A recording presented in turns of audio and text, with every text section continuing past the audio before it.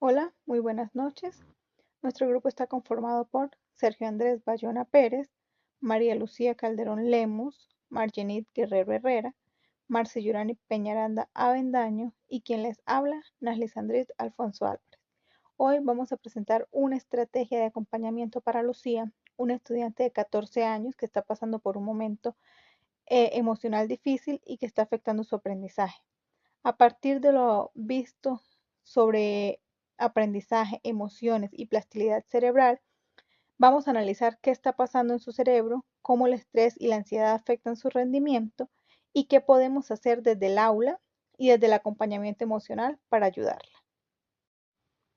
¿Quién es Lucía y qué está pasando?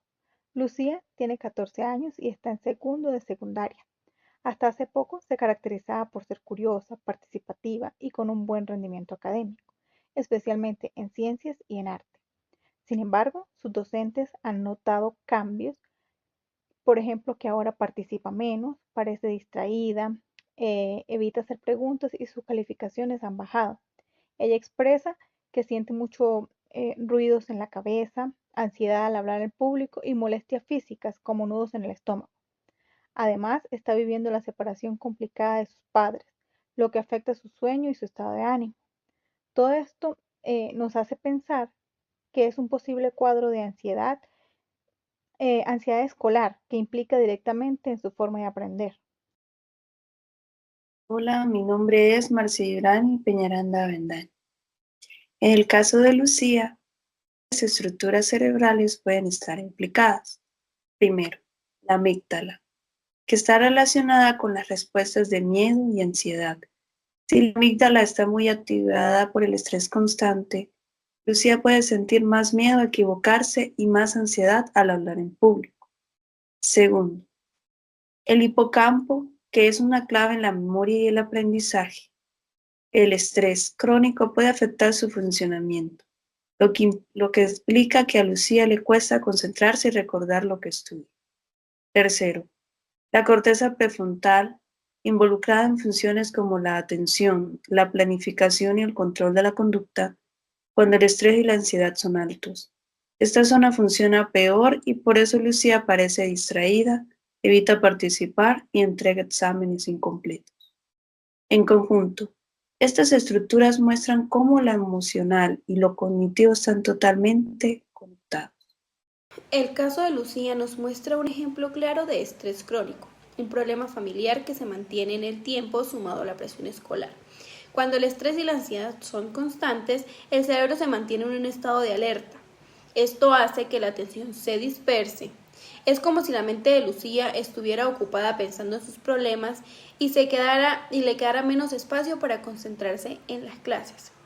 Además, se afecta la memoria de trabajo, que es la que usamos para retener información mientras resolvemos las actividades.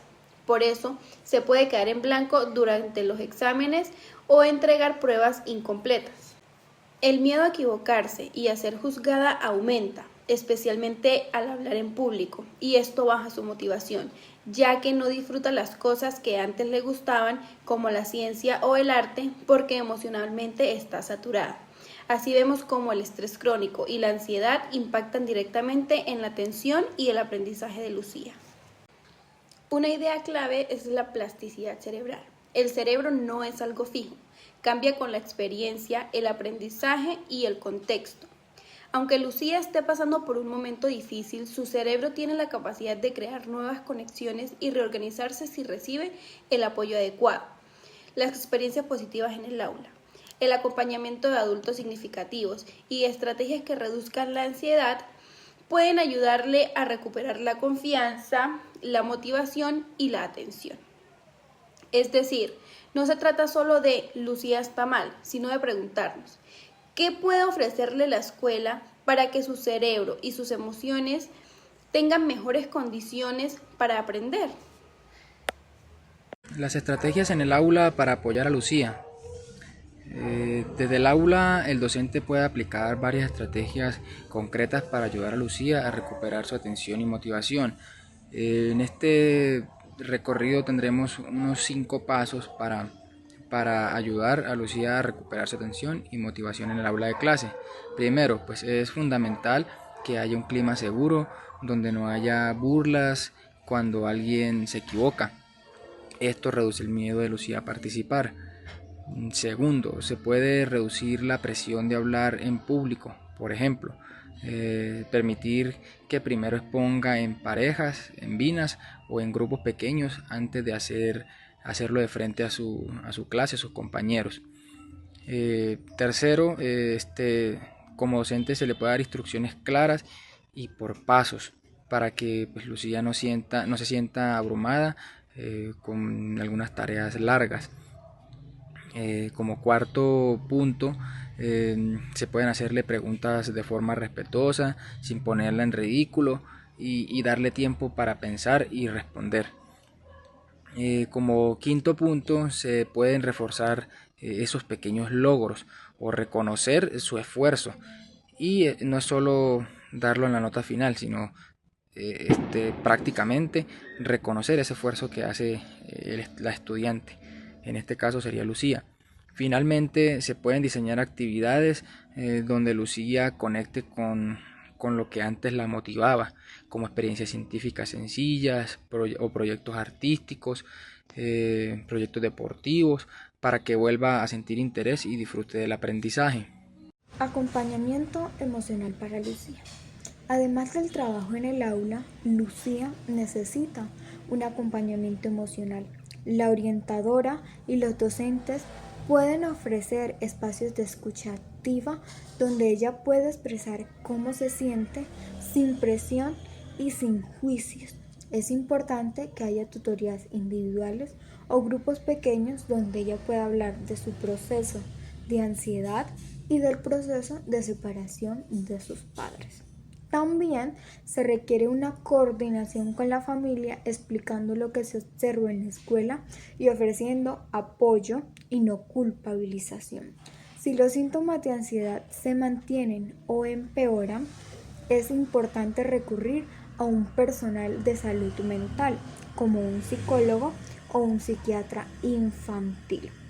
Además, se pueden trabajar las habilidades socioemocionales como técnicas de respiración, ejercicios de respiración, mencionar o sentir esas emociones y estrategias para manejar el miedo a equivocarse. Todo esto ayuda a que Lucía transite este momento difícil con más recursos internos. En síntesis, nuestra estrategia de acompañamiento para Lucía integra 3 dimensiones. Primero, cerebro y emociones. Reconocer que la ansiedad y el estrés están afectando estructuras cerebrales claves para el aprendizaje. Segundo, el aula. Aplicar estrategias pedagógicas que reduzcan la presión, aumenten la seguridad y se centren en el proceso de aprendizaje, no solo en las notas. Tercero, acompañamiento emocional. Ofrecer escucha, apoyo, contacto con la familia y, si es necesario, derivación profesional. Gracias a la plasticidad cerebral y un entorno de apoyo, es posible que Lucía recupere su motivación, su confianza y su bienestar. Conclusión. Como conclusión, queremos resaltar que el aprendizaje no es solo un proceso intelectual, sino también es un proceso profundamente emocional. Casos como el de Lucía nos recuerdan la importancia de mirar mucho más allá de las notas y preguntarnos qué está viviendo el estudiante en casa. Muchas gracias por su atención.